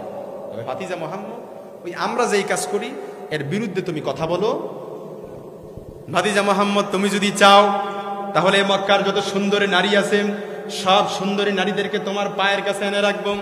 শুধু তাই নয়, তুমি যদি চাও তাহলে মক্কার সমস্ত লিডারদের নেতা তোমারে বানায় দেব। শুধু তুমি তাই নয়, তুমি যদি চাও তাহলে মক্কার যারা ধনী আছে সমস্ত ধনীওয়ালাদের ধনী তোমারে বানায় দেব। তবে শর্ত হচ্ছে যে কালেমার দাওয়াত দিতে তুমি শুরু করেছো, সেই কালেমার দাওয়াত দেয়া তুমি বন্ধ করে দাও। শর্ত হচ্ছে যে কালেমার দাওয়াত দেয়া তুমি শুরু করেছো, এই কালেমার দাওয়াত দেয়া কি করে দাও? বন্ধ করে দাও। বিশ্বনবী বললেন, লাওয়াদা আশ-শামসা ফিল ইয়ামিন ওয়াল কামারা ফিল ইয়াসার, যদি আকাশের জ্বলজ্বলে সূর্যটা আমার ডান হাতে এনে দাও আর চন্দ্রটা যদি বাঁ হাতে এনে দাও, তবে আমি মুহাম্মদ যে কালেমার দাওয়াত দিতে শুরু করেছি এই কালেমার দাওয়াত থেকে এক চুল পরিমাণও নড়াতে পারবে না, ঠিক না? বিশ্বনবীর প্রাইম রেসপন্সিবিলিটি ছিল লিউযহিরাহু আলা দ্বীনি কুল্লি, মানব রচিত যত কথা আছে, যত মতভেদ আছে সব কিছুর কবর রচনা করে কালেমার পতাকাকে পথ করে উড়িয়ে দেয়া, ঠিক না? কিন্তু দেখা যায় আজ ওই একটু টাকা কড়ির জন্য, একটু পদ পদবীর জন্য হকের কথাগুলো বলে না। কথা বলে আমি আম্মা মাজহারুল ইসলামের অনেকে মনে করে যে হুজুর মনে হয় একটু ঠান্ডা মেজাজের, হয়তো এরকম কথা বলে, কিন্তু আমি প্রায় জায়গায় বলি আমি এম মাজহারুল ইসলামের প্রাণ যতদিন আছে হকের কথা কখনো ছেড়ে দেওয়া যাবে? কথা বলেন যাবে নাকি? আমি মাহফিল করবার হকের কথাগুলো হবে না, চলবে না, এটা কখনো হতে পারে? আমি এম মাজহারুল ইসলাম আসি যেখানে, সেই জায়গায় হকের কথাগুলো আমরণ বলে যাব, কেউ দামিয়ে রাখতে পারবে? তুমি কয়েকটা ছাতা পাতার নেতা হইছো, আজকে আসো, কিছুদিন পর আর থাকবা না, ঠিক কিনা বলেন? তুমি যদি ইসলামের বিপক্ষে যাও, কোরআনের বিপক্ষে যাও, আলেম ওলামাদের বিপক্ষে যাও, দেখা যাবে আল্লাহ তাআলাও তোমাকে ফেরাউন আর নমরুদের মাধ্যমে, নমরুদের মতোই জিল্লতির মাধ্যমে দুনিয়া থেকে বিদায় করবে, ঠিক কিনা? আমার আলেম ভালো লাগে না, আমার কোরআন ভালো লাগে না, আমার ইসলাম ভালো লাগে না, আনা কাতারিস সামাওয়াতি ওয়ালা, বেরিয়ে যাও, আমার আসমান আর জমিনের মধ্য থেকে কি করো? বেরিয়ে যাও। ফানফুযু লা তানফুযুনা ইল্লা বিসুলতান। কোথায় যাবা? পারাবার তো জায়গা নাই, আসমান আর জমিনের মাঝে প্যাকেট করে রেখেছি, কোথাও যেতে পারবা? আমার আসমানের নিচে থাইকা, জমিনের উপর থাইকা আমার বিরুদ্ধে কথা বলো, আমার কোরআনের বিরুদ্ধে কথা বলো, আমার ইসলামের বিরুদ্ধে কথা বলো, আমার আলেম ওলামাদের বিরুদ্ধে কথা বলো, খবরদার মনে রেখো, ফেরাউন আর নমরুদ থেকে শিক্ষা নাও, আবু জাহাল থেকে শিক্ষা নাও, মনে রাখবা তাদের মতো হতেও তোমাকে দেরি। যদি ইসলামের বিপক্ষে যাও, কোরআনের বিপক্ষে যাও, আনা কাতারিস সামাওয়াতি ওয়াল আরদ, ফানফুযু লা তানফুযুনা ইল্লা বিসুলতান। এজন্য আমার ভাইয়েরাম, সাইয়েদানা মুসা আলাইহিস সালাম ফেরাউনের মস্তদে অপরাধী হওয়ার পরেও হকের পক্ষে থাকার কারণে আল্লাহ রাব্বুল আলামিন সাইয়েদানা মুসা আলাইহিস সালামকে বিজয় দান করেছেন। ইব্রাহিম আলাইহিস সালাম নমরুদের মস্তদে অপরাধী হওয়ার পরও সাইয়েদানা ইব্রাহিম আলাইহিস সালাম হকের পক্ষে থাকার কারণে আল্লাহ পাক সাইয়েদানা ইব্রাহিমকে বিজয় দান করেছেন।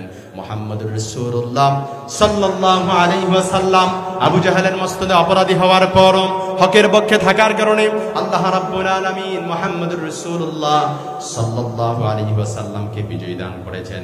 এজন্য চট্টগ্রামবাসী মনে রেখো, তোমরা যদি হকের পক্ষে থাকো তাহলে তোমাদের বিজয় যিনি দান করবেন তিনি কে? আরো জোরে আওয়াজ করে বলেন কে? ডাউট, সন্দেহ আছে নাকি? কথা বলেন আছে নাকি? No doubt, no suspicion, any, কোনো সন্দেহ নাই। কথা বলেন আছে নাকি? হকের পক্ষে থাকলে সব সময় আল্লাহ রাব্বুল আলামিন সাহায্য করবেন, নুসরাত করবেন, এটার মধ্যে কোনো সন্দেহ। এজন্য আমার ভাইয়েরা, সে রবের পক্ষ থেকে এসেছে কোরআন। কোরআনের মূল বক্তব্য হচ্ছে তাওহীদ প্রতিষ্ঠা করো, শিরিক বর্জন করো, মানুষদেরকে ধরে ধরে আল্লাহর গোলাম বানাও, উবুদুল্লাহ, এক আল্লাহর গোলামি করো, এক আল্লাহর দাসত্ব করো। আল্লাহ ছাড়া কারো গোলামি করা যাবে না, কারো দাসত্ব করা যাবে না। সৃষ্টি যার, আইন চলবে তার, জমিন যার, আইন চলবে তার। কোন সাতার পাতার নেতা এই আইনকে দমিয়ে রাখতে পারবে? কথা বলেন, পারবে নাকি? সন্দেহ আছে নাকি?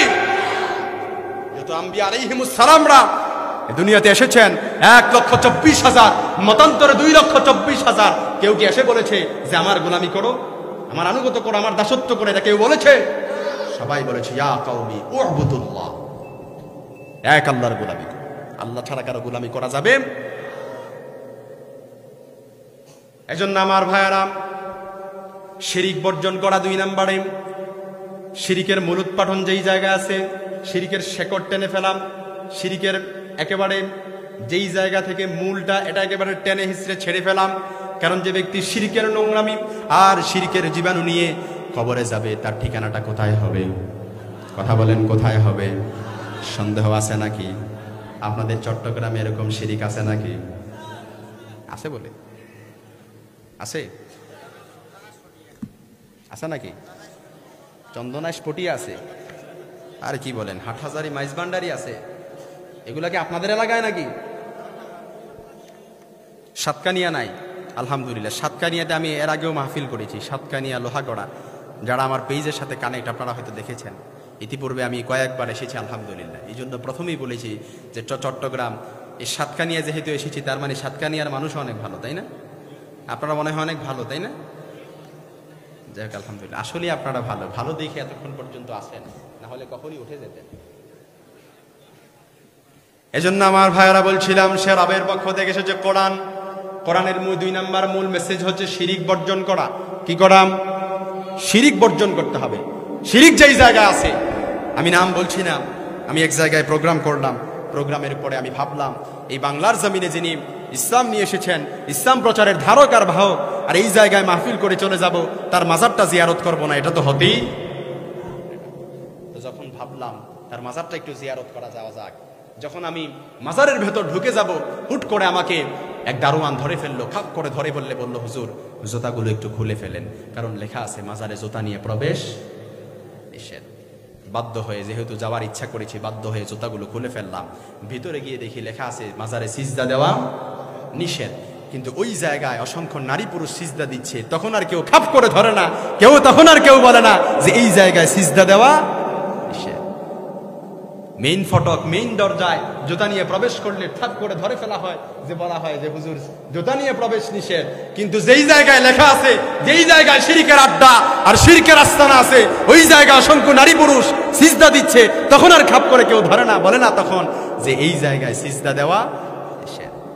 তার মানে বোঝা যায় যে জাতে মাতাল তালে ঠিক, ঠিক কিনা বলেন? জাতে মাতাল তালে ঠিক, এটা বললেও ঠিক, না বললেও ঠিক। এজন্য আমার ভাইরা, আমার কথা সেই জায়গায় নয়, আমার কথা হচ্ছে শিরকের আস্তানা যেই জায়গা আছে, শিরিক যেই জায়গায় চলে, সেটাকে একেবারে শেকট।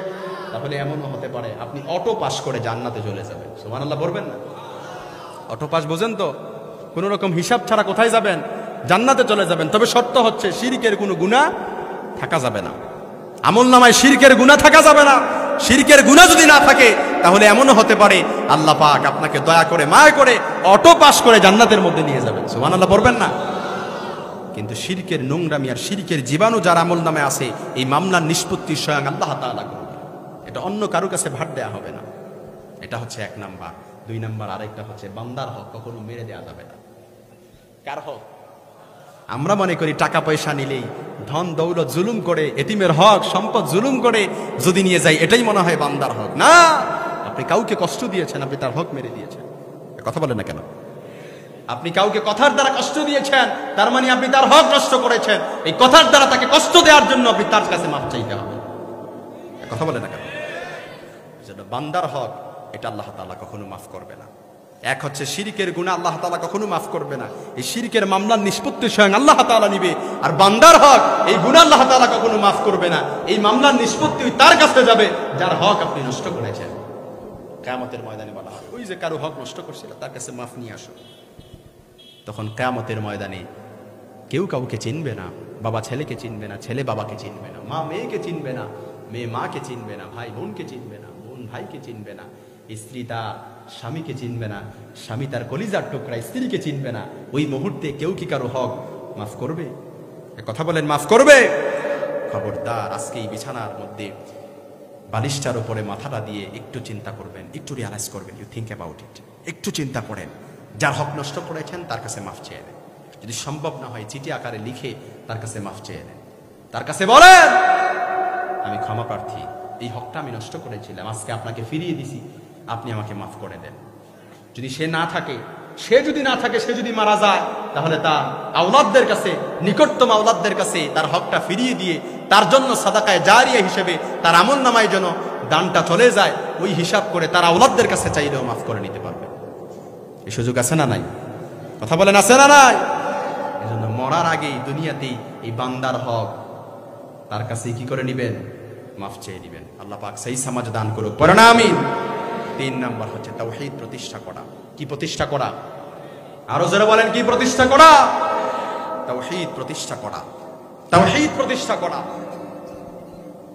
আল্লাহ যে এক, আল্লাহ যে এক, আল্লাহ ছাড়া কারো গোলামি করা যাবে না। আল্লাহকে রব হিসেবে মেনে নিতে হবে, আল্লাহকে আইনদাতা, শাসনদাতা হিসেবে নিজেও মেনে নিতে হবে। এই সমাজের মধ্যে এটা প্রতিষ্ঠা করতে হবে, ঠিক কিনা?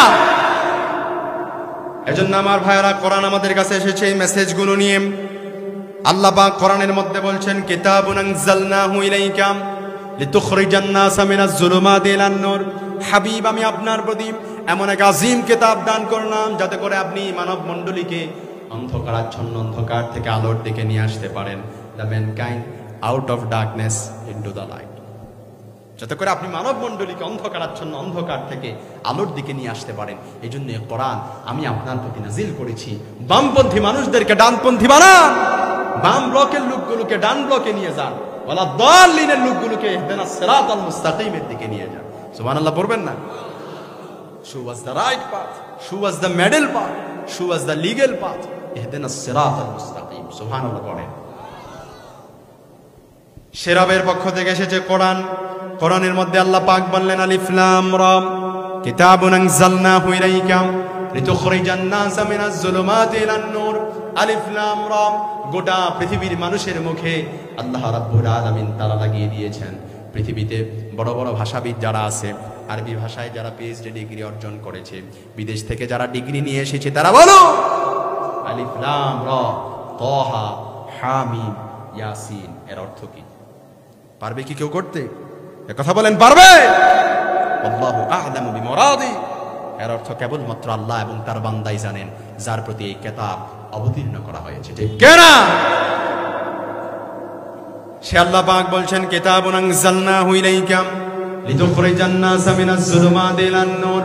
হাবিব, আমি আপনার প্রতি এমন এক আযীম কিতাব দান করলাম, যে কিতাবের প্রত্যেকটি শব্দ কিতাব, যার প্রতিটি আয়াত কিতাব, যার প্রতিটি পারা কিতাব, যার প্রতিটি সূরা কিতাব, এমন এক আযীম কিতাব আমি আপনার প্রতি নাজিল করলাম, যাতে করে আপনি মানব মণ্ডলীকে অন্ধকারাচ্ছন্ন অন্ধকার থেকে আলোর দিকে নিয়ে আসতে পারে। আর রহমান আল্লামাল কোরআন, রহমান যিনি, তিনি আমাদেরকে কোরআন শিক্ষা দিয়েছেন। সুবহানাল্লাহ পড়বেন না? এই কোরআনের মধ্যে ভুল আছে নাকি? কথা বলেন, আছে নাকি? পৃথিবীতে যত বই লেখক, আপনাদের চট্টগ্রাম ইসলামী বই মেলা আছে, 21শে বই মেলা আছে, যেটাই বলেন না কেন, যত লেখক বই লিখে, লেখার শুরুতে লিখে দেয় যে আমার লেখায় ভুল হতে পারে, সন্দেহ হতে পারে, ধরিয়ে দিলে পরবর্তী সংস্করণ এটা কি নিব? শুধরে নিব। কি এমন এক কিতাব, কি এমন এক কিতাব আল্লাহ পাক দান করলেন, নিজেই চ্যালেঞ্জ ছুড়ে দিলেন, দালিকাল কিতাবু লা রাইবা ফীহি হুদাল লিল মুত্তাকিন। This is book whereof there is no doubt, no suspicion in it, and a guidance to those who are muttaqin. আল্লাহু আকবার বলবেন না? ভুল তো দূরের কথা, সন্দেহ পর্যন্ত নাই। সুবহানাল্লাহ পড়েন। পৃথিবীতে যত বই লেখক বই লেখে, কেউ কি তার নিজের প্রশংসা দিয়ে কিতাব লেখে? নিজের প্রশংসা দিয়ে কিতাব লেখে নাকি? কথা বলেন, আমি অমুক, আমি ভালো মানুষ, আমার চাইতে ভালো মানুষ আর কেউ নাই, আমার চরিত্র ফুলের মতো পবিত্র, এরকম আছে নাকি? এরকম বলে লিখে নাকি? কি এক আল্লাহ! এই কিতাবের অথার যিনি, এই গ্রন্থের মালিক যিনি, এই মহাগ্রন্থ যিনি সৃষ্টি করেছেন, তিনি কিতাব শুরু করেছেন নিজের প্রশংসা দিয়ে। সুবহানাল্লাহ বলবেন না? কিতাব খোলা মাত্রই, কভার খোলা মাত্রই শুরু হয়ে গেল আলহামদুলিল্লাহি রাব্বিল। সমস্ত প্রশংসা কার জন্য? আরো জোরে আওয়াজ করে বলেন, কার জন্য? আপনাদের কষ্ট হচ্ছে নাকি? আলোচনা কি চলবে না ছেড়ে দেব? আরো জোরে আওয়াজ করে বলেন, চলবে না ছেড়ে দেব? এই যে আমি দেখতে পাচ্ছি বিশৃঙ্খলা সৃষ্টি হচ্ছে, কয়েকজন উঠে যাচ্ছে, একটা তাকবীর দেয়া যাবে তো? হাতগুলো উঁচু করেন, লিল্লাহি তাকবীর। সবাই হাত উঁচু করেন, লিল্লাহি তাকবীর। হাতগুলো মুঠ করেন, ছেড়ে দেন, আবার মুঠ করেন, আবার ছেড়ে দেন, হাত নামা। এই মহাগ্রন্থের মালিক যিনি, তিনি গ্রন্থ শুরু করেছেন নিজের প্রশংসা দিয়ে, আলহামদুলিল্লাহি রাব্বিল আলামিন। এবার সামনে এগুলেন, কিতাব সম্পর্কে ধারণা আসতে পারে যে ভুল টুল আছে নাকি, কিন্তু আল্লাহ পাক আপনার সন্দেহ দূরীভূত করার জন্য আল্লাহ পাক বলছেন যালিকাল কিতাবু লা রাইবা ফীহি হুদাল লিল মুত্তাকিন। আজ পর্যন্ত এই কোরআনের কেউ কোনো ভুল ধরতে পেরেছে? কথা বলেন, পেরেছে? কেউ পারে না, কিয়ামত অবধি পর্যন্ত। এই পৃথিবীতে আল্লাহকে অস্বীকার করেছে এমন বহু পাপিষ্ঠ নরাদম নরপশু মানব সমাজে জন্মায়েছে, কিন্তু আজ পর্যন্ত কেউ বলতে পারে নাই যে কোরআন মানুষের বানানো। কারণ কেউ যদি বলে যে কোরআন মানুষের বানানো, তাহলে তাকেও বলা হবে তুমিও তো মানুষ, তাহলে একখানা তৈরি করে দেখাও না। তুমিও তো মানুষ, একখানা তৈরি করে দেখাও না। আম ইয়াকুলুনা তাকাওয়ালাহু বাল লা ইউমিনুন ফালইয়াতু বিহাদিসিন মিসলিহি ইন কানু সাদিকিন। যদি সম্ভব হয় নবী নাকি বলে যে কোরআন মানুষের বানানো, কোরআন মুহাম্মদ সাল্লাল্লাহু আলাইহি ওয়াসাল্লাম নিজে রচনা করে নিয়ে এসেছে, তাহলে তাদেরকে বলেন কোরআনের অনুরূপ কোন গ্রন্থ যেন তারা নিয়ে আসে। এটা সম্ভব নাকি? কথা বলেন, সম্ভব? আল্লাহ পাক আবার চ্যালেঞ্জ করলেন, ওয়া ইন কুনতুম ফি রাইবিম মিম্মা নাযালনা আলা আবদিনা ফাতু বিসূরাতিন মিন মিথলিহি ওয়াদউ শুহাদাকুম মিন দুনিল্লাহি ইন কুনতুম সাদিকিন। যারা বলে এটা মুহাম্মদ সাল্লাল্লাহু আলাইহি ওয়াসাল্লাম নিজে রচনা করে নিয়ে এসেছে, যারা বলে এটা মুহাম্মদ সাল্লাল্লাহু আলাইহি ওয়াসাল্লামের নিজে রচনা করা, এমনটি যাদের সন্দেহ হয়, যদি সম্ভব হয় তারা বলুক যদি সম্ভব হয় তাহলে তারা ফাতু বিসূরা, ছোট্ট একটা সূরা যেন তারা বানায় নিয়ে আসে। ফাতু বিসূরা, ছোট্ট একটা সূরা যেন তারা কি নিয়ে আসে, বানায় নিয়ে আসে। সূরা আলে ইমরানের মতো নয়, সূরা বাকারার মতো নয়, সূরা মাইদার মতো নয়, সূরা আরাফের মতো নয়। ফাতু বিসূরা, ছোট্ট একটা সূরা। সূরা ইখলাসের মতো হলেই হবে, সূরা কাউসারের মতো হলেই হবে। আজ পর্যন্ত কেউ পেরেছে? কেউ পারবে নাকি? কথা বলেন, পারবে? কেউ পারবে না, কিয়ামত অবধি পর্যন্ত সম্ভব হবে না। এজন্য আমার ভাইয়েরা, সে আল্লাহ পাক বলছেন, এ কোরআন আমি নাজিল করেছি, যে ব্যক্তি কোরআন মানবে, নিজের জীবনে মানবে, ব্যক্তিতে মানবে, সমাজে মানবে, পরিবারে মানবে, রাষ্ট্রে মানবে, যে ব্যক্তি কোরআন দ্বারা নিজের জীবনকে রাগাবে, কোরআনের আইন বাস্তবায়ন করবে, কোরআন অনুযায়ী নিজের জীবন পরিচালনা করবে, ফালা খাউফুন আলাইহিম ওয়ালা হুম ইয়াহজানুন। ফালা খাউফুন আলাইহিম, তার কোনো চিন্তা নাই, কোনো দুশ্চিন্তা থাকবে না। ওয়ালা হুম ইয়াহজানুন, কোনো টেনশন, কোনো ভয়, কোনো কিছুই তার থাকবে না। খাওয়া পড়া, চিকিৎসা, বাসস্থান, জানা, ব্যভিচার, হত্যা, রাহাজানি, কোনো কিছুর চিন্তা থাকবে না। কোরআনের সমাজে সব কিছু নিয়মতান্ত্রিক গ্যারান্টি দিয়ে দিবেন কে? আরো জোরে আওয়াজ করে বলেন কে? ফামান তাবিআ হুদায়া ফালা খাউফুন আলাইহিম ওয়ালা হুম ইয়াহজানুন। যদি কোরআনের আইন মানেন, ব্যক্তিতে মানেন, পরিবারে মানেন, রাষ্ট্রে মানেন, জীবনের সব ক্ষেত্রে যদি কোরআনের আইন মানতে পারেন, তাহলে আপনার পুরো জীবনটাকে যিনি সুন্দর করে সাজিয়ে দিবেন তিনি কে? আর জোরে আওয়াজ করে বলেন কে? এজন্য আমার ভাইয়েরা অনেকে আমাদের কাছে বলতে চায় যে হুজুর, বুঝলাম কোরআন মানলে পড়ে কোরআনের সমাজে সব কিছু নিয়মতান্ত্রিক গ্যারান্টি দেওয়া হবে, কোনো কিছুর চিন্তা থাকবে না, খাওয়া পড়া, চিকিৎসা, বাসস্থান, কোনো কিছুর চিন্তা থাকবে না। কিন্তু আমার প্রশ্ন হচ্ছে, কোরআনকে মানলে পড়ে এই কোরআনের ভেতরে রাজনীতি আছে নাকি? কারণ আমি তো মানুষ, আমার তো রাজনীতি করা লাগে, আমি তো সোশ্যাল অ্যানিমেল, আমার তো রাজনীতি করা লাগে, আমার তো ইউনিয়ন নির্বাচন আছে, পৌর নির্বাচন আছে, আমার তো মেম্বার অফ দ্য পার্লামেন্ট, জাতীয় নির্বাচন আছে, এগুলো তো আমার করা লাগে। কিন্তু কোরআন মানলে পড়ে এগুলো কোরআনের ভেতরে আছে নাকি? এবার কোরআন তার জবাব দেওয়া, নাযালনা আলাইকাল কিতাবা তিবয়ানান লিকুল্লি শাইইন ওয়া হুদান ওয়া রাহমাতান ওয়া বুশরা লিল মুমিনিন। শুধু রাজনীতি নয়, সমাজনীতি নয়, শিক্ষানীতি নয়, অর্থনীতি নয়, রাজনীতি, সমাজনীতি, শিক্ষানীতি, অর্থনীতি, সমস্ত নীতিমালা, নীতি গ্রন্থের নাম হচ্ছে এই কোরআন আল কারীম। যে মানলে পড়ে সে আরামসে থাকতে পারবে, ঠিক না? ঠিক, এখন তো বলবেন ওই, কিন্তু দেখা যায় নির্বাচন আসলে 500 টাকা যদি দেওয়া হয়, তাহলে অমুক নেতার স্লোগান দেন, অমুক ভাইয়ের স্লোগান দেন, অমুক নেতার চরিত্র ফুলের মতো পবিত্র। আবার 500 টাকার জায়গায় যদি 1000 টাকা দেওয়া হয়, তাহলে দেখা যায় অমুক ভাই আর অমুক নেতা তখন চেঞ্জ হয়ে যায়, তখন আর অমুক ভাইয়ের চরিত্র ফুলের মতো পবিত্রটা থাকে না। তার মানে বোঝা গেল, 500 টাকার জায়গায় 1000 টাকার বিনিময়ে আপনি আপনার ঈমানকে বিক্রি করে দিচ্ছেন। দাজ্জাল যখন আসবে, এক হাতে জান্নাত দেখাবে, এক হাতে জাহান্নাম দেখাবে, তখন দেখা যাবে দাজ্জালের ফিতনায় আপনি পড়ে যাবেন। কথা বলেন না কেন? খবরদার, যেইদিকে বৃষ্টি ওইদিকে ছাতা ধরেন। লা ইলাহা হুনা ওয়া লা ইলাহা হুনা, নেহিয়াদার নেহিওদার দরমিয়ান মে সাদার বাদা।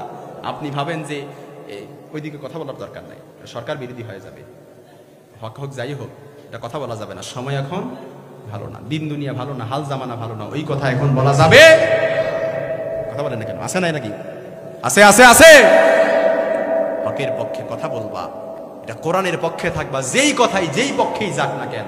আমরা আমাদের সরকারের বিরুদ্ধে কথা বলি না, আমরা কারো বিরুদ্ধে কথা বলি না, কিন্তু আমরা কোরআনের পক্ষে কথা বলি।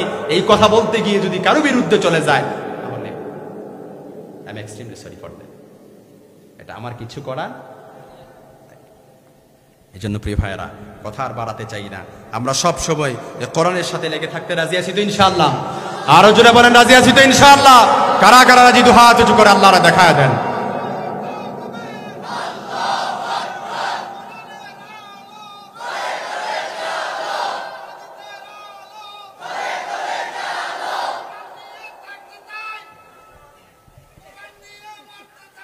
হাত নামান ইনশাআল্লাহ। যাক, আলহামদুলিল্লাহ, আল্লাহ কবুল করুক। এবার আপনাদের জন্য কোশ্চেন হচ্ছে, আমি কি 2 নাম্বার 3 নাম্বার মানুষদেরকে দলে দলে আল্লাহর গোলাম বানানো। আসেন, আপনি আসেন, এদিক দিয়ে আসেন, হাদিয়া নিয়ে যান। এই আস্তে আস্তে, আপনারা হাততালি দিলেন কেন? আপনারা হাততালি দিলেন কেন? না, এটা তো ভুল হয়ে গেল। তাহলে এই যে হাততালি, এটা কে দেয়? হাততালি দিলে শয়তান চলে যায়, আর ইহুদিরা হাততালি দেয়। হাততালি দিয়ে তারা সেলিব্রেট করে। এটা আমরা মুসলমানরা কখনো করতে পারবো? করা যাবে নাকি? যাবে না ইনশাআল্লাহ। ভাই নাও, আপনাকে খুশি হয় আমি দিলাম, আলহামদুলিল্লাহ। মাথার টুপি কোথায়? আহারে, টুপি, চুলগুলো একটু সুন্দর তো, এই জন্য চুলগুলো দেখাই রাখছে। 5 ওয়াক্ত সালাত আদায় পড়েন? মাশাআল্লাহ। সবাইকে বলেন যে এখন থেকে আমি নিয়মিত, কখনো জামাতের সাথে সালাত কখনো মিস করব। সবাইকে হাত তুলে বলেন, আমি নিয়মিত এখন থেকে কখনো জামাতের সাথে সালাত মিস করব না। আল্লাহ কবুল করুক। পড়েন আমিন। আরো জোরে পড়েন আমিন। আল্লাহ আমার কলিজার টুকরা যুবক ভাইদেরকে আপনি কবুল করে নেন। আল্লাহ তাদেরকে ইসলামের পথে কবুল করেন, তাদেরকে ইসলামের পথে কবুল করেন। আল্লাহ ওমর, আলী, আবু বকর আর ওসমানের মতো বানায়া দেন। আল্লাহ আব্দুর রহমান ইবনে আউফের মতো বানায়া দেন। ওসমান বিন জুন নুরাইনের মতো বানায়া দেন। ইসলামের রাহে যেন প্রত্যেকটা যুবক তার নিজের জীবনকে বিলিয়ে দিত, যেন কুণ্ঠাবোধ না করে। পড়েন আমিন। আরো জোরে পড়েন আমিন। তাহলে আজকে থেকে আমার যুবক ভাইয়ের, আবাল বৃদ্ধ বনিতা যারা আছেন, 5 ওয়াক্ত সালাত আদায় করতে রাজি আছেন তো ইনশাআল্লাহ? রাজি আছি তো ইনশাআল্লাহ? একটু হাত তুলে আল্লাহর দেখানো যাবে না? রাজি আছি তো ইনশাআল্লাহ? হাত নামান। পর্দার অন্তরালে মা বোনেরা আছে না? ঘরে আছে না? ফিল বাইদ মৌজুদ আছে না? যাক আলহামদুলিল্লাহ। আমার মা বোনদেরকেও বলতে চাই যে আপনারা যদি জান্নাতে যেতে চান, আমি ভুলে গেছিলাম, যাই হোক শেষ পর্যন্ত এসেছি, এখন মা বোনদের জন্য আমি কিছুটা নসিহত করি।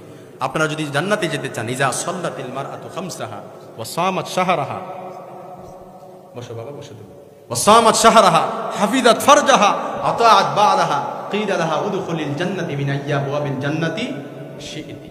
মা বোনেরা, জান্নাতে যাওয়া একেবারে সহজ। আপনারা যারা আছেন, কানগুলো একটু খরগোশের কানের মতো খাড়া করে আমার দিক তাকান। এই কথাগুলো মা বোনেরা যদি শুনে, ওয়েল ইজ গুড, আলহামদুলিল্লাহ। এই কথাগুলো আপনারাও আপনাদের মা বোনদেরকে, আপনাদের স্ত্রীদেরকে, আপনাদের মায়েদেরকে আপনারাও এই মেসেজটা পৌঁছায় দেবেন। রাজি আছেন তো ইনশাআল্লাহ? মা বোনেরা, জান্নাতে যাওয়া একেবারে সহজ। একটা পা এমনিতেই জান্নাতে ঢুকে আছে। 4টা কাজ যদি তারা করতে পারে, বাকি পাটাও কোথায় চলে যাবে? আরো কথা বলেন, কোথায় চলে যাবে? 1 নাম্বার হচ্ছে ইজা সাল্লাতিল মারআতু খামসাহা, 5 ওয়াক্ত সালাত জামাতের সাথে আদায় করা।